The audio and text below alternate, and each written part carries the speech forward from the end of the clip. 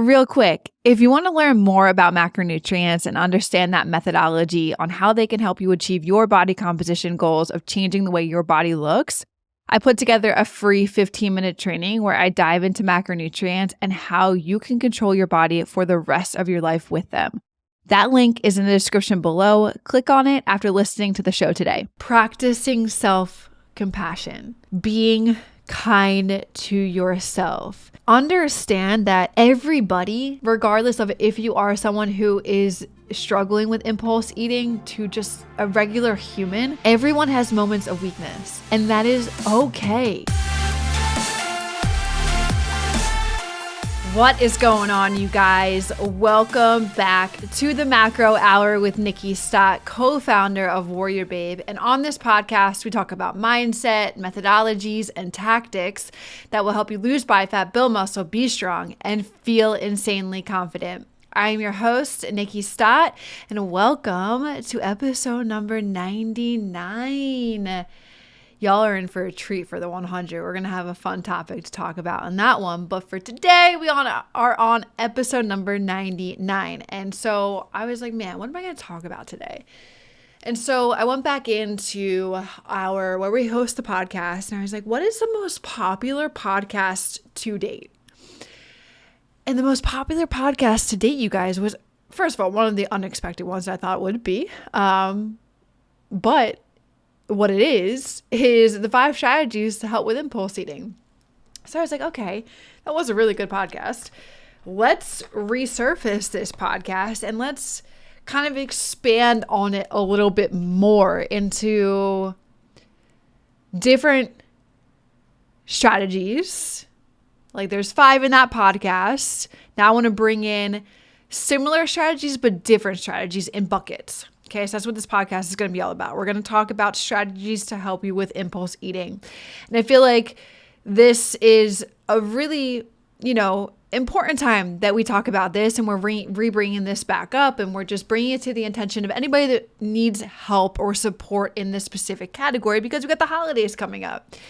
And there can be a lot of impulse eating around the holidays. Okay, we got Halloween, we got Thanksgiving, we got Christmas, we got New Year's. So we're going to talk about today, what I want to do is support you guys in these buckets. First, we're going to talk about mindful eating.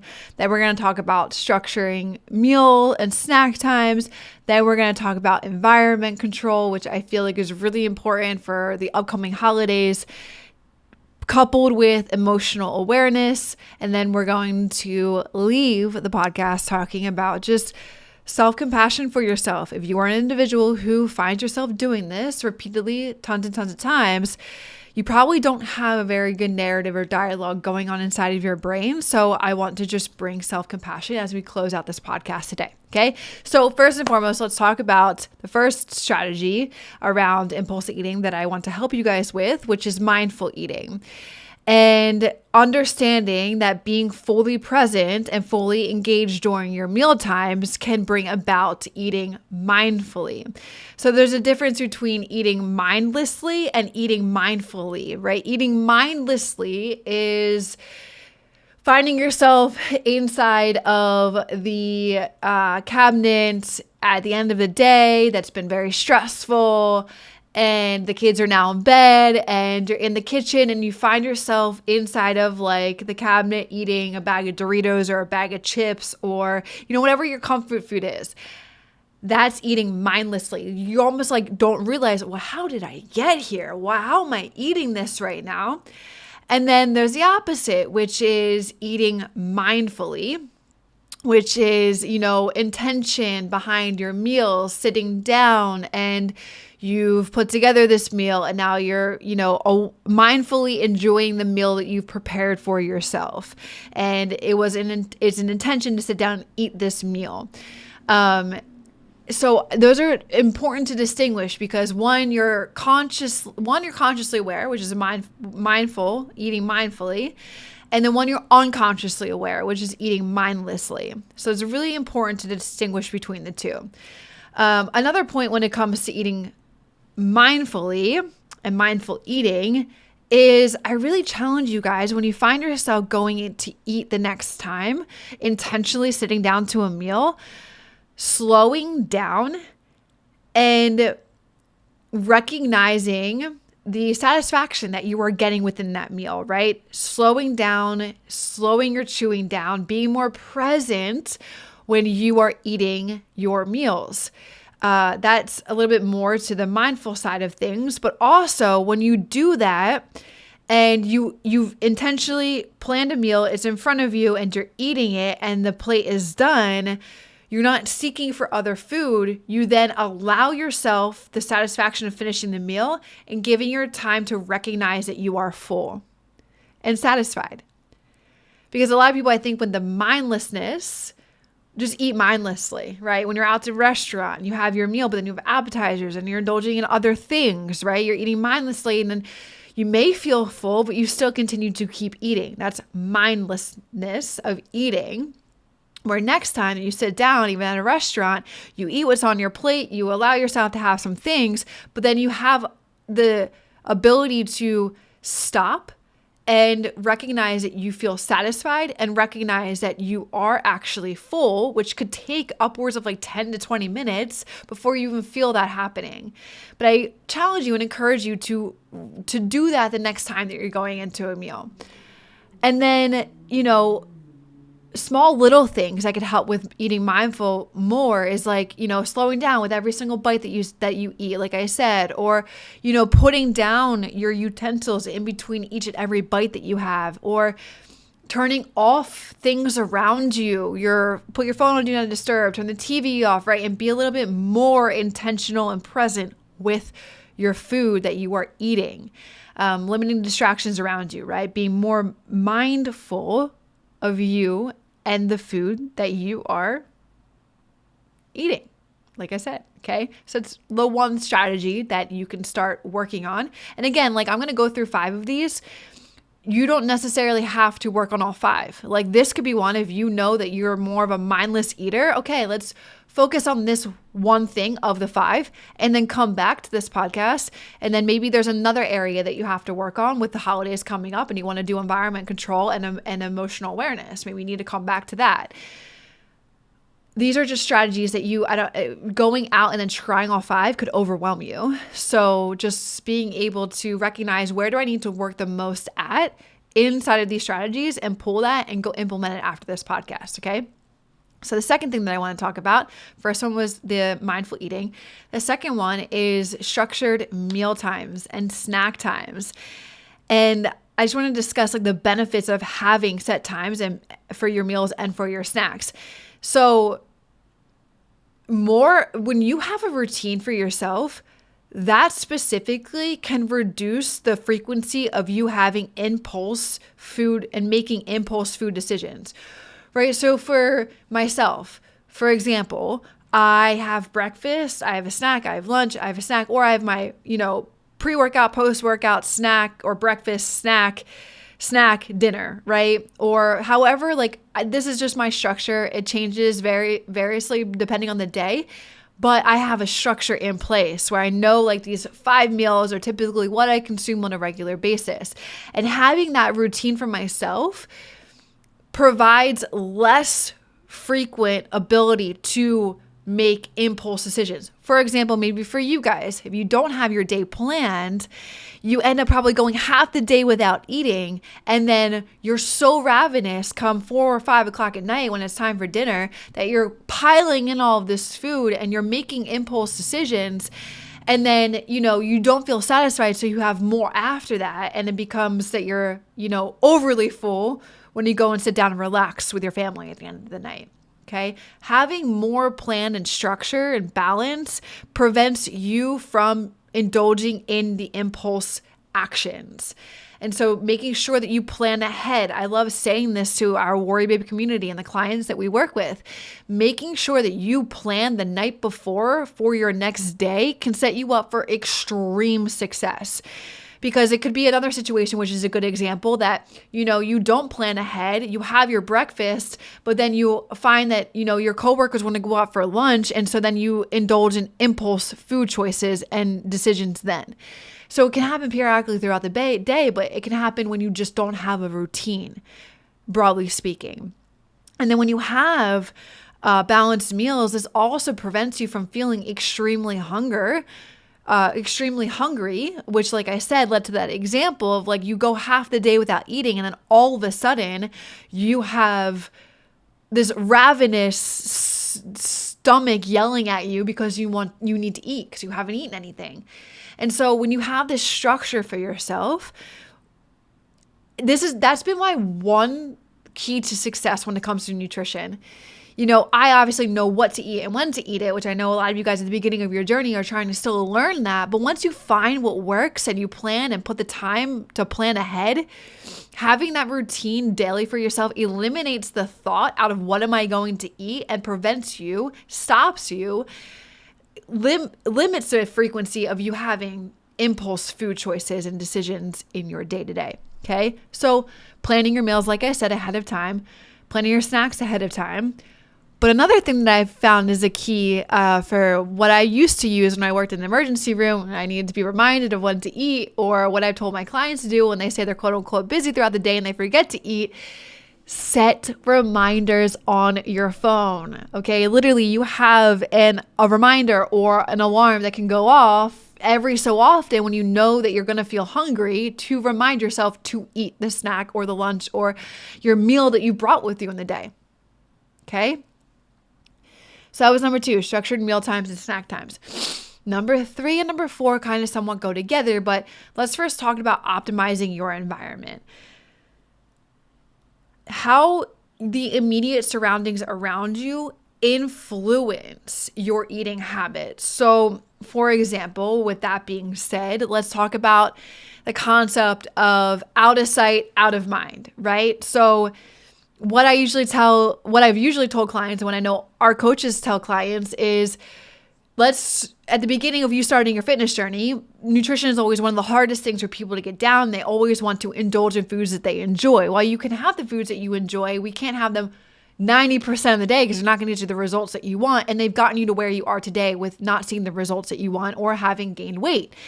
So, I always recommend, and our coaches recommend, is like, dude, out of sight, out of mind.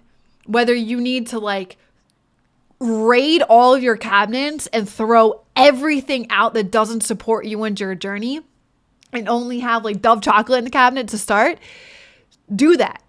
Or like storing like, the foods that you do enjoy that have been a culprit out of immediate reach. So like you got to climb up on your kitchen stool and you got to reach to the highest cabinet together, or like locking it in like one of those lock safe things. I don't know.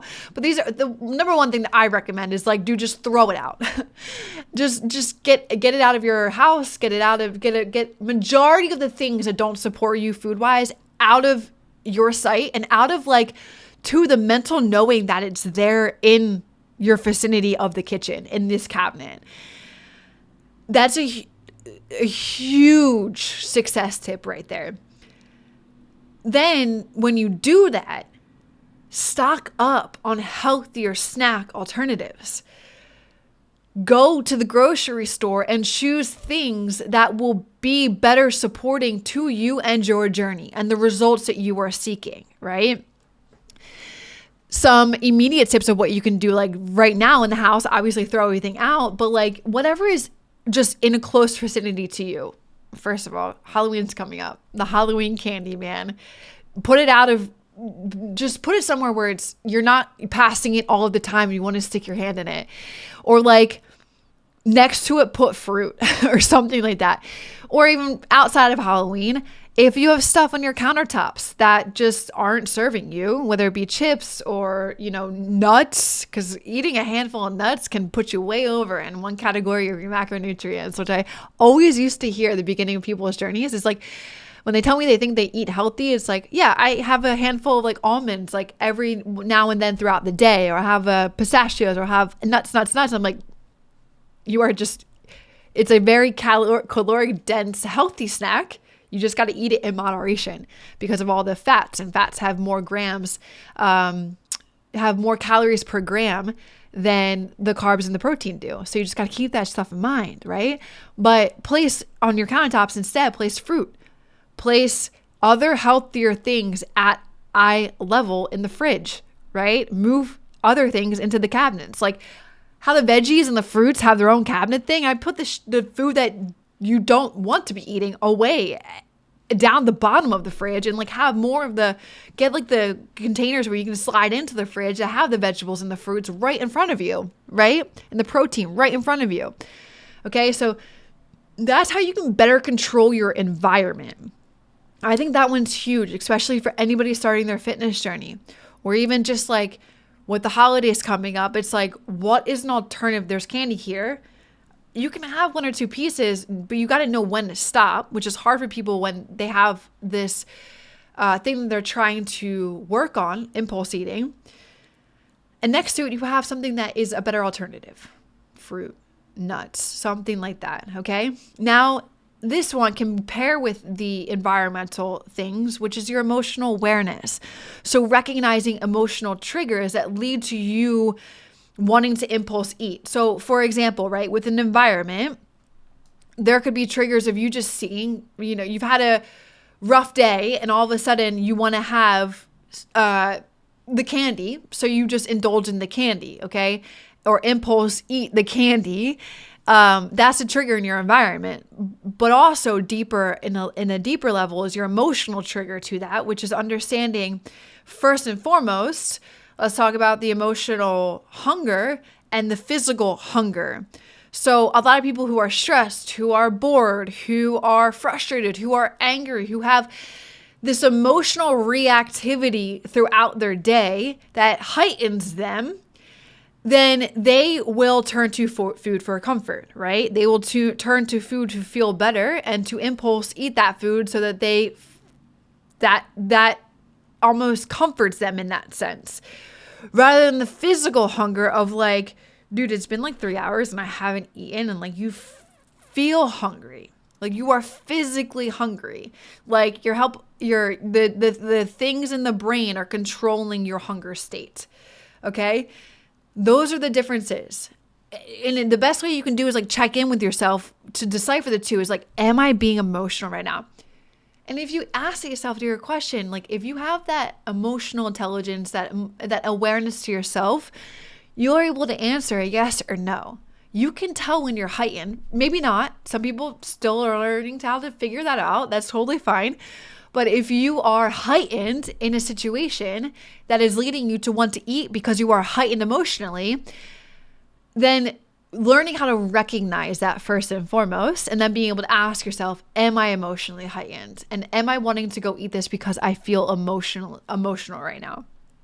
Or it's like, man, it's been a couple hours. Like earlier today, I had meetings from 10 o'clock to 2:30 in the afternoon. And coming up on that 1:30 mark, I'd only eaten one time in the morning. And I was like, man, my blood sugar is dropping. And I was starting to get really, really shaky. And I had to go eat. So like that's like being a physical hunger. I am in tune with my body. I know my hunger cues. I recognize that they are there telling me that I'm physically hungry and I'm not emotionally tied to anything. So those are really good indicators to recognize. So common triggers, right, for an emotional standpoint is what I said: stress, boredom, loneliness. And then when you are in those, being able to understand and question yourself in that state and address them without turning to food, right? So techniques for managing those things is when you feel that and you maybe are already done your macros for the day, or you've hit your nutrition for the day, and you maybe feel emotional and like I don't know maybe something's going on that you're dealing with. First, speak to someone if you can in the household, like just be able to articulate your words on how you're feeling and be able to just emotionally offload the emotions that you are experiencing. Writing things out. If you don't have that person to talk to, journal. I found personally for myself that journaling is such an effective tool to help you take what's here in your brain and get it on paper. And then it's like a release. Another thing is, in a heightened experience that you may be feeling emotionally that wants you to turn to food, is just taking deep breaths and just practicing those exercises a little bit more, or going out for a walk. When you feel like you're emotionally heightened, you want to eat food, you want to feel comfort, and food is your comfort, just get outside and go for a walk. Or get outside and go for a walk. Nothing else is coming to my brain. So that's on the bucket of emotional awareness. And those are strategies that can help you when you are experiencing impulse eating. Now, the last one that I want to talk about. Hey guys, love so much that you guys are listening to this podcast. If you ever want to have the video version of this, which usually has more effects and all that good stuff for those of you who are visual learners, check out our YouTube channel, WarriorBabe, if that's what you like. Either way, keep enjoying the show. Is what I said earlier. It's like this narrative that people have in their brains. And I want you guys to practice, if you're experiencing this, and this is one of the buckets that you know you need to work on, practicing self-compassion, being kind to yourself, understanding the significance of self-love, understanding in the journey that you are on to learn how to control these feelings, this impulse eating, right? And in these buckets, they each kind of allude to a different kind of, situation or trigger that a human may experience. That's why I say find one that you just need to focus a little bit more on and go run with that after this podcast if you're somebody that needs to work on this specific topic. But being kind to yourself, man, like understand that everybody, regardless of if you are someone who is struggling with impulse eating to just a regular human, everyone has moments of weakness, and that is okay. Like, typically what happens in those moments of weaknesses for many humans is this narrative in their brain and this like harsh criticism that they place on themselves, almost a feeling like I am weak, I cannot do this, I don't believe in myself that I can overcome this aspect, or you think you're a failure and all of these things, right? This is a narrative inside of your brain. Well, if you are emotionally at that level, you are going to negatively impact yourself all the time, all the time. So, and then when that happens and you're in that narrative and you are saying those things to yourself, what do you think that's going to lead to doing? That is going to lead you to impulse eating. You feel the thoughts that you have create emotions, that create feelings, that create actions, right? And so if you have these thoughts that you're in, then you're falling into a negative vibration and you want to feel comfort and you go to food for comfort, what do you think you're going to do? You're going to look for comfort to feel out of this feeling that you're emotionally feeling, and you're going to impulse eat. So positive self-talk, probably heard it 1,000 times, but I think the most important thing is like becoming aware of those conversations that you are having and flipping the script, which is so much easier said than done. But the second you become aware, and the second that you almost like become an observer of your thoughts, where like you kind of remove yourself, and make it a little woo-y here, but stick with me for a second because I'm going somewhere. You become an observer of your thoughts. So you almost detach from your thoughts, and you look at yourself from a 30,000 foot view down. And when you can do that, you become aware that these are the things that you're telling yourself that aren't actually supportive and aren't actually true. And when you can do that and you become aware and you can accept it and you can surrender to the thoughts, you have the ability to flip the script. And so some things that I know have extremely helped me, not necessarily in this topic of impulse eating, but just in general, if I have limiting beliefs or I'm tied to these types of emotions and I'm in a negative state, affirmations have been an absolute game changer to change the narrative, to create and rewire the brain to think differently than what you've previously been thinking that isn't supporting you. And the way you do that is if you have this that you want to work on, it's like, you don't want to say no. You don't want to put any negatives in it. So I just need to preface that before I try and find an example right now off the top of my head. But know that any affirmation should not have a negative in it. It should have a no. It shouldn't have a no. It shouldn't have a never. It shouldn't have a don't. Because I'm just not going to go down that rabbit hole. So I look to food to feel fulfilled, to provide me performance, to feel energetic, to be able to sleep well at night, and also create amazing results for myself. That was a terrible affirmation, you guys. But what you guys can do is you can look at Google and help you to form these affirmations for yourself. But the most important thing is that when it comes to an affirmation is you don't want to put a negative in it, and you always have to finish the affirmation with an emotion, meaning like with that affirmation statement, you then say, I feel so empowered around food, or I feel so confident and empowered in my ability to control my food intake and not let the food intake control me, right? So, because then you're rewiring these things in your brain to start thinking that way. And when you do that, you're just creating new narratives and new stories for your mind to believe. And it's such a powerful tool. So I would highly recommend that you put that into practice for yourself. This is the bucket that you need to work on to help yourself with impulse eating, which is the whole self-compassion and rewiring your brain to support you. So recapping these 5 strategies. And then most importantly, like I said, it's like take one of these buckets and start working on it. And then like when you feel like you've worked on that for a couple months, come back and take another bucket, right? The first one, mindful eating.